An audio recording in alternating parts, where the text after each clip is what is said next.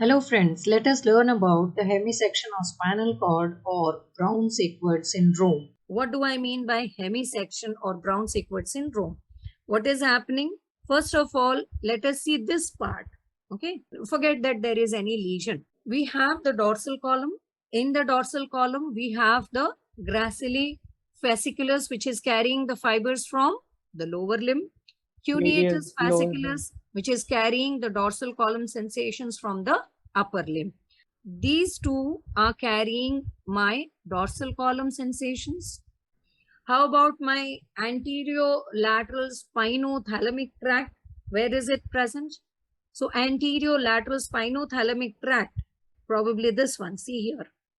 This is anterior spinothalamic tract, and we have the lateral.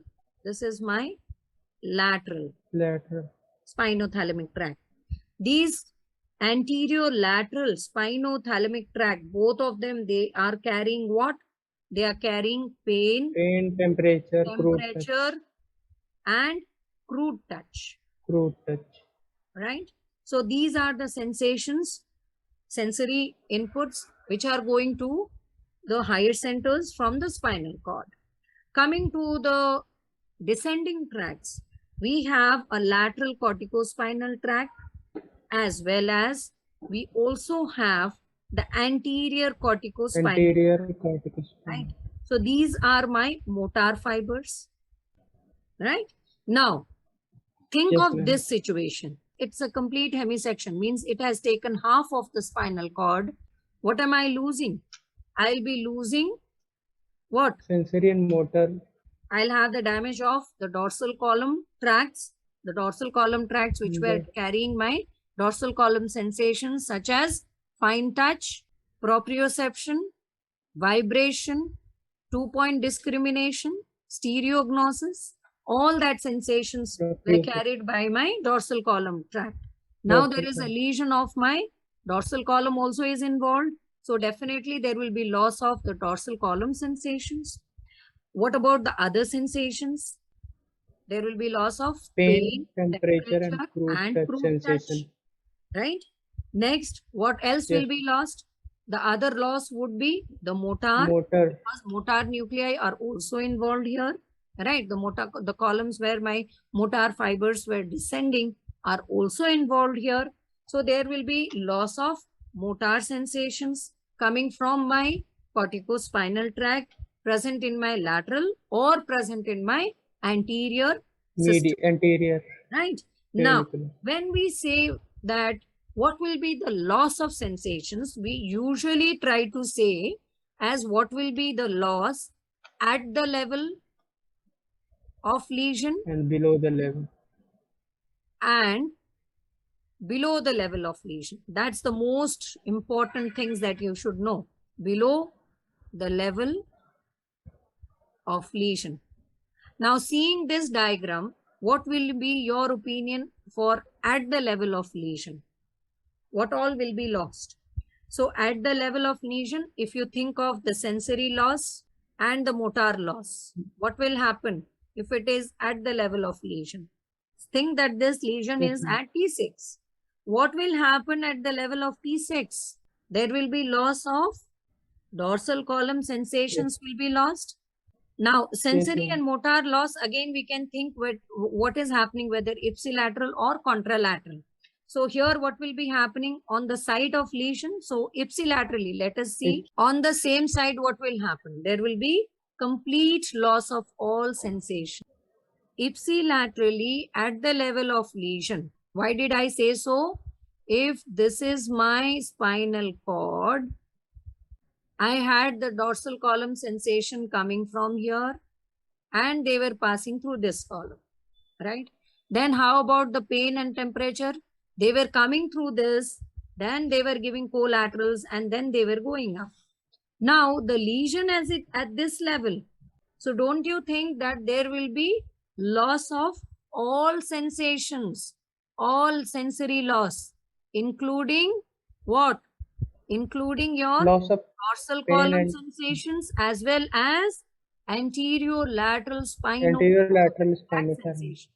So what that means, that there will be loss of pain, there will be loss of temperature, and there will be loss of crude touch. Ipsilateral, at the site of lesion, at this level, at the site of lesion, at this part.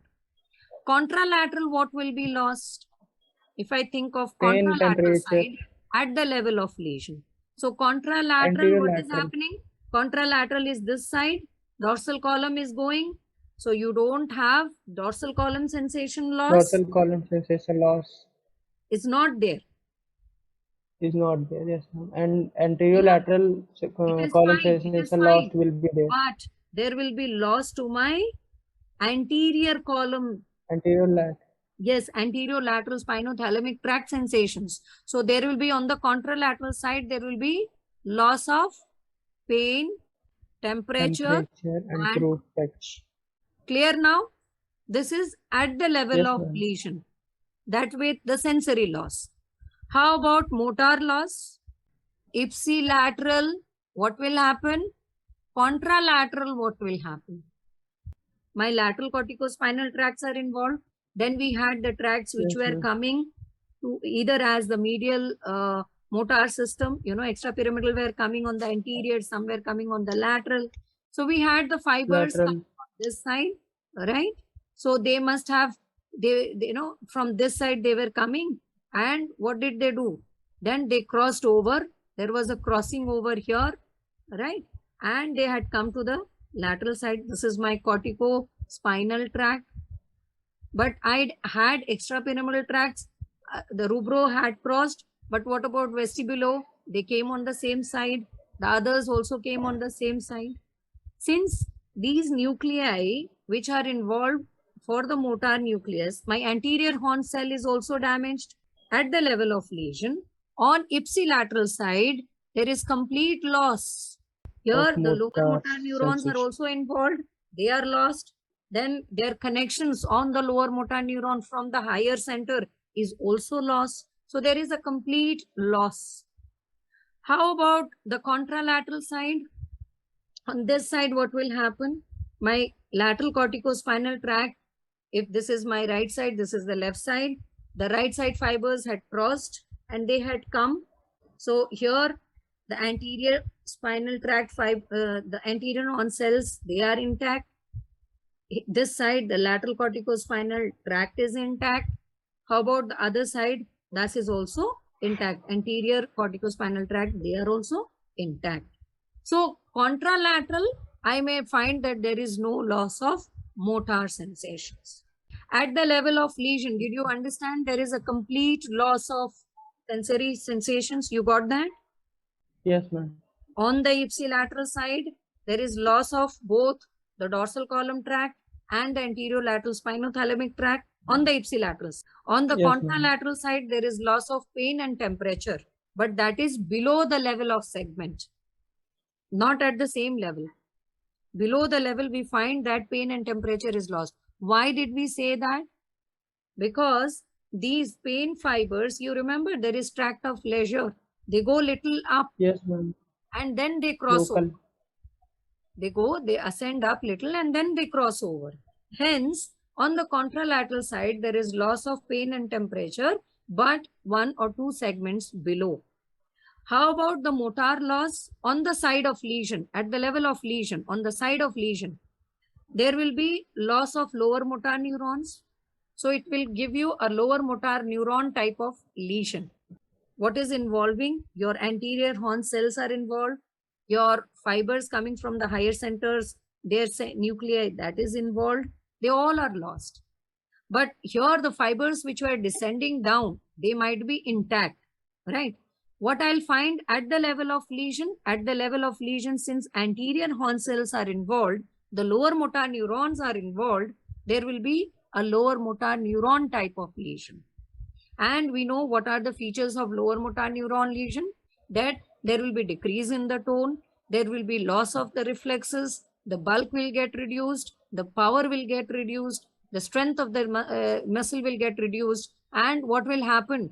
The muscle mass also is getting reduced. So all that features you will see now at the level of lesion, thinking because why? Because my lower motor neurons are involved. What will happen below the level of lesion? So think of it now. Now, below the level of lesion, the dorsal column sensations, what will happen on the site of lesion? The dorsal column sensations are going to get affected, right? On the ipsilateral side, there will be dorsal column sensations will be affected. So there may be impaired proprioception, vibration, 2-point discrimination, position sensation, joint sensation, they all might be lost. But on the contralateral side, since the fibers were crossing and coming from here, the contralateral, there will be loss of pain and temperature, even below the level of lesion. So for motor, for sensory loss, we know below the level of lesion, there will be ipsilateral loss of dorsal column tract sensations and contralateral loss of spinothalamic sensations, which is your pain, temperature, and to touch. What will happen to the motor? Now, motor will not be of a lower motor type of lesion, but it will be on the ipsilateral side. What will I find? An upper motor neuron type of lesion, because the upper fibers are no longer able to come down on the same side.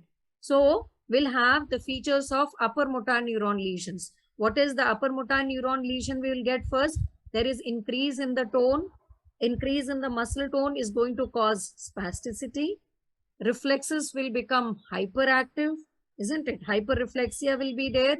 Small amount of loss of muscle also will be there, but not that extent as to the lower motor neuron type. What are you going to find here is that due to the damage of corticospinal tract, there will be weakness and spasticity in certain group of muscles on the same side of the body. Here, you will find that there is ipsilateral sensory dystaxia due to the damage of spinocerebellar tract. Why did I say spinocerebellar tract? Is, if you remember, we had the dorsal spinocerebellar fibers and the ventrospinal cerebellar fibers, right? They also, they were present here. The lateral was present here, isn't it? So these spinocerebellar tract are also now damaged. Because of the damage of the spinocerebellar tract, there will be sensory ataxia or dystaxia. So what will happen? It's an ipsilateral. Had it be a complete section, it could be bilateral. So how do I test these sensory ataxia? By Romberg's sign. Do you remember what is Romberg's sign? Yes, ma'am. Yes. How do you do that Romberg sign? So for any posture, there are basically 3 inputs. One, it is coming from the spinal cord. The other, it is coming from the cerebellum. And the other, that is coming from the visual. Romberg sign, how do you do? If you ask this person to stand with eyes open, no problem, he's able to. So the inputs are 3 inputs for any posture. The input is, one is through his vision, right? The other is the tract which is going from the spinal cord to the cerebellum, spinocerebellar, which is telling his position of the body, right? Other input that he might be getting is from where? One is from the spinocerebellar, one is from the visual input, and there is from the vestibular apparatus, his head position is able to sense it, right? For Romberg sign, you ask this person to close his eyes. So instead of eyes open, now he is totally closed. So he has closed his eyes, total close. What will happen for such person? He'll try to sway this side or that side because the visual input is no longer there. Because there is a loss of dorsal column tract sensations. The next is the spinocerebellar tract are also involved. Hence, you will find that for such people, when you go and try to do the Romberg sign, it will be positive, and that will show that there is sensory ataxia.